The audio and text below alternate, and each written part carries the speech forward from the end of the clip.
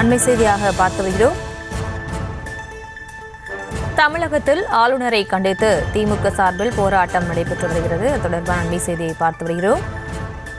போராட்டங்களுக்கு அனுமதி வழங்கப்பட்டிருப்பது தொடர்பாக பாமகவுக்கு ஒரு நீதி, திமுகவுக்கு ஒரு நீதியா என்று தற்போது அன்புமணி கேள்வி எழுப்பியிருக்கிறார். அது தொடர்பான மேலும் விவரங்களோடு இணைகிறார் செய்தியாளர் ராஜேஷ். வணக்கம், விவரங்கள் வழங்கலாம்.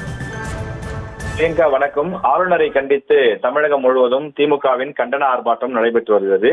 இது தொடர்பாக பாமக தலைவர் அன்புமணி ராமதாஸ் அறிக்கை ஒன்றை கொடுத்திருக்கிறார். அதில் பாமகவுக்கு ஒரு நீதி, திமுகவுக்கு ஒரு நீதியா என அவர் கேள்வி எழுப்பியிருக்கின்றார். காவல்துறை திமுகவின் ஏவல் துறையாக மாறிவிடக் கூடாது எனவும் அவர் கேள்வி எழுப்பியிருக்கின்றார். தமிழ்நாட்டில் ஆளுநரை கண்டித்து திமுக சார்பில் இன்று மாவட்டம் தோறும் தொடர்ந்து போராட்டங்கள் நடத்தப்படுகின்றது.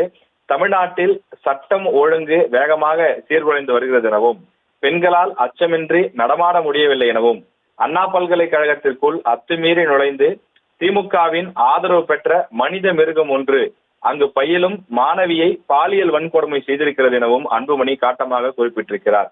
அந்த விவகாரத்தில் பாதிக்கப்பட்ட பெண்ணுக்கு நீதி பெற்று தர வேண்டிய காவல்துறை குற்றவாளிகளை காப்பாற்றும் முயற்சியில் ஈடுபட்டிருப்பது, அதை கண்டித்து பாதிக்கப்பட்ட பெண்ணுக்கு நீதி வழங்க வேண்டும் என வலியுறுத்தி கடந்த 2ஆம் தேதி வள்ளுவர் கோட்டத்தில் பாட்டாளி மக்கள் கட்சி சார்பில் ஏற்பாடு செய்யப்பட்டிருந்தது, போராட்டத்துக்கு ஏற்பாடு செய்யப்பட்டிருந்தது.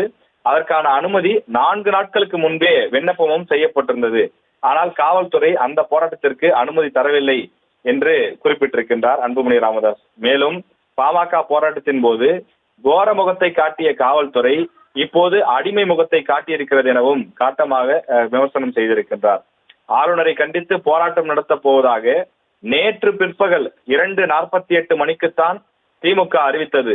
அதன் பின்னர் நேற்று முன்னிரவில் தான் போராட்டத்திற்கு அனுமதி கோரி திமுக சார்பில் விண்ணப்பிக்கப்பட்டதாக கூறப்படுகிறது. அதை ஏற்றுக்கொண்டு அடுத்த சில நிமிடங்களிலேயே அனுமதி அளிக்கப்பட்டதாக தெரிகிறது. திமுகவினரின் போராட்டங்களின் போது பல இடங்களில் விதிமீறல்கள் நடந்தாலும் அதற்காக எவரும் கைது செய்யப்படவில்லை எனவும் தமிழ்